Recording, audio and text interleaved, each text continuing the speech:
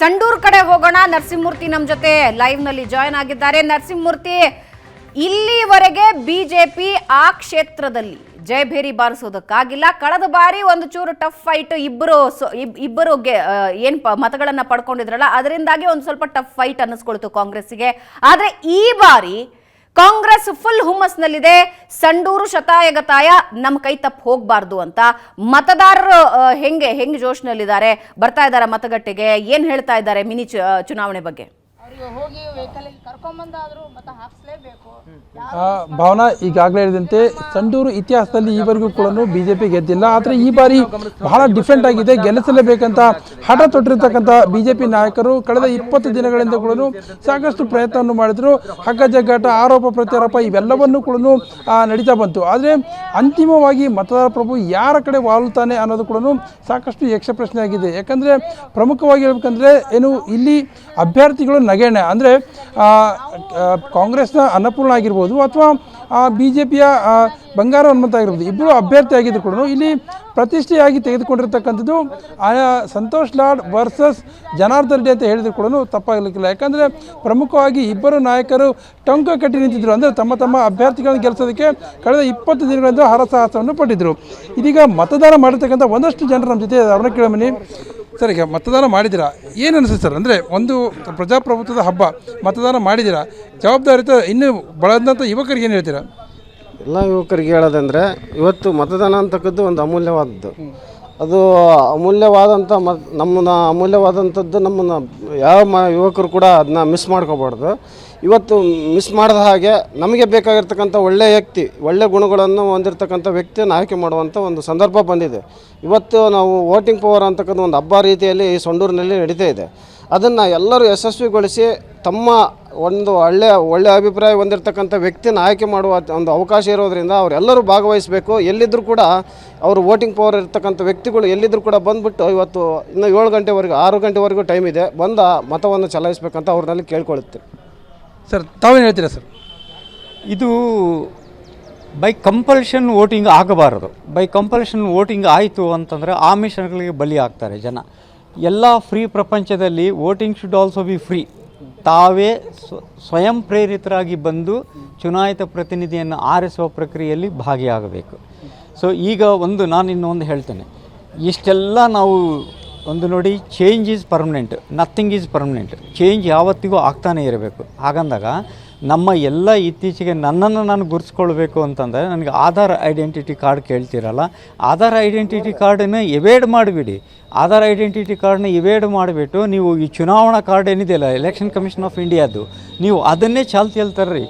ಯಾರು ಇದರಲ್ಲಿ ವೋಟ್ ಮಾಡಿಲ್ಲ ಅಂದರೆ ಇಲ್ಲಿ ನಿಮಗೆ ಡಾಟಾ ಸಿಗ್ತದೆ. ಅಲ್ಲಿ ನಾವು ಒಂದು ಬ್ಯಾಂಕಿಗೆ ಹೋಗಿದೆ, ನಾನಲ್ಲಿ ಫ್ರಾಂಚೈಸಿ ವೋಟ್ ಮಾಡಿಲ್ಲ ಅಂತಂದರೆ ನಿನಗೆ ಸಾಮಾಜಿಕ ಕಳಕಳಿನೇ ಇಲ್ಲಪ್ಪ, ನಿನಗೆ ನಾವು ಯಾವ ಥರದಲ್ಲಿ ಹೆಲ್ಪ್ ಮಾಡಬೇಕು? Why the government should come forward to help you unless and until you are part of the government. Government ಅಂದರೆ ಇವರು ಒಂದೇ ಅಲ್ವಲ್ಲ, ನಾವು ಕೂಡ ಗೌರ್ಮೆಂಟ್ ಅಲ್ವಾ? ಪಿರಮಿಡ್ ಸ್ಟ್ರಕ್ಚರಲ್ಲಿ ಇದು ಸಿಸ್ಟಮ್ ಬಂದು ಪಿರಮಿಡ್ ಸ್ಟ್ರಕ್ಚರಲ್ಲಿ ಟಾಪ್ ಬಂದು ಪ್ರೆಸಿಡೆಂಟ್ ಇರ್ತಾರೆ, ಕೆಳಗಡೆ ಎಲ್ಲ ಜನಸಾಮಾನ್ಯರು ಇರ್ತಾರೆ, ಮಧ್ಯದಲ್ಲಿ ಬೇರೆ ಜನ ಆರಿಸಿ ಹೋಗ್ತಾರೆ. ನಮ್ಮ ವಾಯ್ಸನ್ನು ಎಫೆಕ್ಟಿವ್ ಆಗಿ ಕಮ್ಯುನಿಕೇಟ್ ಮಾಡಬೇಕು ಟಾಪ್ ಲೆವೆಲ್ಗೆ ಅಂತ. This is called pyramid structure. ಅರ್ಥ ಆಯ್ತಾ? ಈ ಪಿರಮಿಡನ್ನು ನಾವು ಆರಿಸಬೇಕಾದಾಗ ನಾನು ಹೇಳಿದ್ನಲ್ಲಾಗಲೇ, ಕೈ ಬೆರಳುಗಳ ಥರ ನಮ್ಮ ರಾಜಕೀಯ ಪಕ್ಷಗಳು, ಬಟ್ ಅವರೆಲ್ಲರೂ ಪಕ್ಷಾತೀತವಾಗಿ ಒಂದು ಇಶ್ಯೂ ಬೇಸ್ಡ್ ತೊಗೊಂಡಾಗ ಮುಷ್ಟಿಯಾಗಿ ಬಂದರೆ, ದೇಶ ಅಂತ ಬಂದರೆ, ವಿದ್ಯೆ ಅಂತ ಬಂದರೆ, ಆರೋಗ್ಯ ಅಂತ ಬಂದರೆ ಎಲ್ಲರೂ ಬರಬೇಕು. ಮೊದಲನೇದಾಗಿ ಇನ್ನೊಂದೇ ಒಂದು ಚೇಂಜ್ ನಾನು ನಿಮ್ಗೆ ಹೇಳಿಬಿಡ್ತೀನಿ. ಇಷ್ಟೆಲ್ಲ ನಾವು ಮಾತಾಡ್ತೀವಿ, ಇದುವರೆಗೂ ಬರೀ ಮಾತುಗಳಲ್ಲೇ ಆಯಿತು. ಫಸ್ಟ್ ಸಿಟಿಸನ್ಸ್ ಬರಬೇಕಾಗಿದ್ದು ರೈತರಿಗೆ ಪ್ರಥಮ ಆದ್ಯತೆ ಅಂತ ಫಸ್ಟ್ ಕೊಟ್ಟಂದಿಗೆ. Yes, well and done. Thank you madam. ತಾವೇನು ಹೇಳ್ತೀರಾ ಮೇಡಮ್? ಯಂಗ್ಸ್ಟರ್ಸ್ಗೆ ಓಟ್ ಹಾಕೋದಕ್ಕೆ ಏನು ಹೇಳ್ತೀರಾ? ಎಲ್ಲರೂ ಬಂದು ಓಟ್ ಹಾಕಲೇಬೇಕು, ಅದು ನಮ್ಮ ಹಕ್ಕು. ನಾವು ಒಂದು ಇದ್ದೀವಿ ಎಂಬಕ್ಕೊಂದು ಆದಮೇಲೆ ಹೋದ್ಮೇಲೆ ಅಂತ ಏನಿಲ್ಲ, ಇದ್ದೀವಿ ಎಂಬ ಒಂದು ನಾವು ಗುರ್ತು ಐಡೆಂಟಿಫೈ ಇರೋದಕ್ಕೆ ನಾವು ಪ್ರತಿಯೊಬ್ಬರಿಗೂ ಓಟ್ ಹಾಕಬೇಕು. ನಮ್ಮ ನಾವಿದ್ದೆಲ್ಲ ಸ್ಥಳದಲ್ಲಿ ಅಭಿವೃದ್ಧಿಗಳಾಗಬೇಕು, ಎಲ್ಲ ಆಗಬೇಕು ಚೆನ್ನಾಗಿ ಅಂಥೇಳಿ ಓಟ್ ಹಾಕ್ಲಿಕ್ಕೆ ಬಂದೀವಿ. ನಮ್ಮ ಹಕ್ಕಿನ ಸಲುವಾಗಿ ಬಂದೀವಿ. ಭಾವನಾ, ಇಲ್ಲಿರ್ತಕ್ಕಂಥ ಮತದಾರ ಹೇಳ್ತಕ್ಕಂಥದ್ದು ಏನಂದರೆ ಪ್ರತಿಯೊಬ್ಬರು ಕೂಡ ಬಂದು ಮತದಾನ ಹಾಕಬೇಕು, ಇದು ನಮ್ಮ ಆಯ್ಕೆ ಅನ್ನೋಂಥ ಮಾತನ್ನು ಹೇಳ್ತಿದ್ದಾರೆ. ಇನ್ನು ನಾವೀಗ ಇರ್ತಕ್ಕಂಥದ್ದು ಏನು ಸಂಡೂರಿನ ಸಹಾಯಕ ಕಾರ್ಯನಿರ್ವಾಹಕ ಅಭಿಯಂತರ ಬೂತೇನಿದ್ದೇವೆ. ಇದೇ ಬೂತಲ್ಲಿ ಕೆಲವೇ ಕ್ಷಣಗಳಲ್ಲಿ ಕಾಂಗ್ರೆಸ್ನ ಅಭ್ಯರ್ಥಿಯಾಗಿರ್ತಕ್ಕಂಥ ಅನ್ನಪೂರ್ಣ ಮತ್ತು ಅವರ ಪತಿ ತುಕಾರಾಮ್ ಅವರು ಕೂಡ ಬಂದು ಮತವನ್ನು ಚಲಾಯಿಸ್ತಾರೆ. ಹೀಗಾಗಿ ಬೆಳಗ್ಗೆಯಿಂದಲೂ ಕೂಡ ಹಳ್ಳಿಗಾಡಿನ ಪ್ರದೇಶದಲ್ಲಿ ಒಂದಷ್ಟು ತುರುಸಿನ ಮತದಾನ ನಡೀತಾ ಇದೆ. ಆದರೆ ನಗರ ಪ್ರದೇಶದಲ್ಲಿ ಒಂದು ಸ್ವಲ್ಪ ನಿಧಾನಗತಿಯಲ್ಲಿ ಮತದಾನ ಪ್ರಕ್ರಿಯೆ ನಡೀತಾ ಇದೆ ಅನ್ನೋಂಥ ಮಾತನ್ನು ಕೂಡ ನಾವಿಲ್ಲಿ ಹೇಳ್ಬೋದಾಗಿದೆ. ಇದೆಲ್ಲವನ್ನು ಹೊರತುಪಡಿಸಿದರೆ ನೇರ ಜಿದ್ದಿನ ಕಣವಾಗಿರ್ತಕ್ಕಂಥ ಸಂಡೂರಿನಲ್ಲಿ ಈ ಬಾರಿ ಶತಾಯಗತವಾಗಿ ಗೆಲ್ಲಲೇಬೇಕಾದಂಥ ಹಠಕ್ಕೆ ತೊಟ್ಟಿರ್ತಕ್ಕಂಥ BJP ಒಂದೆಡೆ ಆದರೆ ಯಾವುದೇ ಕಾರಣಕ್ಕೂ BJPಯ ನಾಯಕರಲ್ಲಿ ಬರಬಾರ್ದು ಅನ್ನೋಂಥ ಒಂದು ಮಾತನ್ನು ಕೂಡ ಸಂತೋಷ್ ಲಾಡ್ ಮತ್ತು ಸಿದ್ದರಾಮಯ್ಯ ಅವರು ಹೇಳ್ತಾರೆ. ಸಿದ್ದರಾಮಯ್ಯ ಅವರು ಸತತವಾಗಿ 3 ದಿನ ಅಂದರೆ ಬೇರೆ 2 ಕ್ಷೇತ್ರಗಳಿಗಿಂತಲೂ ತುಕಾರಾಮ್ ಅವರ ಕ್ಷೇತ್ರ ಅಂದರೆ ಸಂಡೂರು ಕ್ಷೇತ್ರವನ್ನು ಅತಿ ಹೆಚ್ಚು ಮಹತ್ವ ಕೊಟ್ಟಿರ್ತಕ್ಕಂಥ ಸಿದ್ದರಾಮಯ್ಯನವರು ಆರಂಭದಲ್ಲಿ ಅವರ TP 2 ದಿನ ಇತ್ತು, ತದನಂತರ ಒಂದಿನ ಎಕ್ಸ್ಟೆಂಡ್ ಮಾಡಿದರು.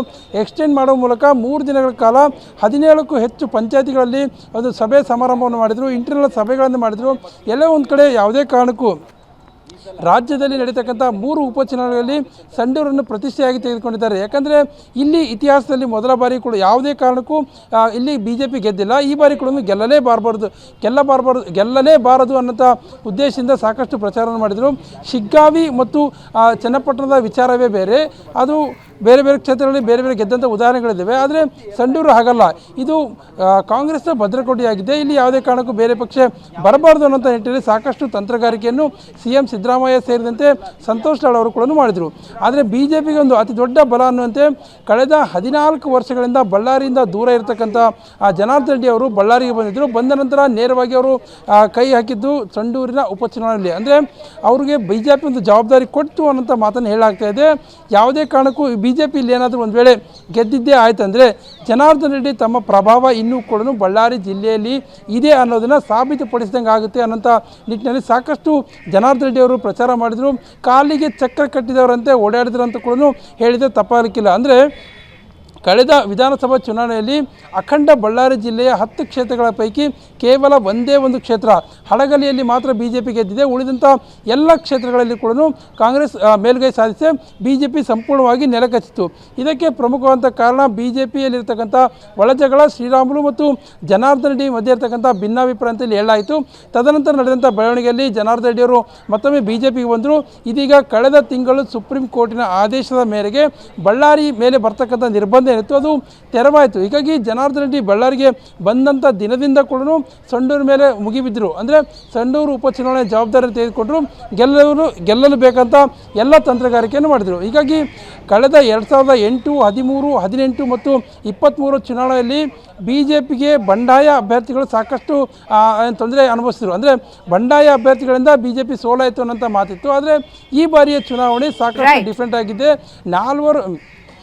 6 ಜನ ಅಭ್ಯರ್ಥಿಗಳು ಕಣದಲ್ಲಿದ್ದರೂ ಕೂಡ BJP ಮತ್ತು ಕಾಂಗ್ರೆಸ್ ಮಧ್ಯೆ ನೇರವಾದಂಥ ಹಣಾಹಣಿ ಇರ್ತಕ್ಕಂಥ ಹಿನ್ನೆಲೆಯಲ್ಲಿ ಕದನ ಕುತೂಹಲ ಜಾಸ್ತಿ ಆಗಿದೆ ಅಂತ ಇಲ್ಲಿ ನರಸಿಂಹಮೂರ್ತಿ ವಾಪಸ್ ಬರ್ತೀನಿ, ನಿಮ್ಮ ಜೊತೆ ಮಾತನಾಡ್ತೀನಿ.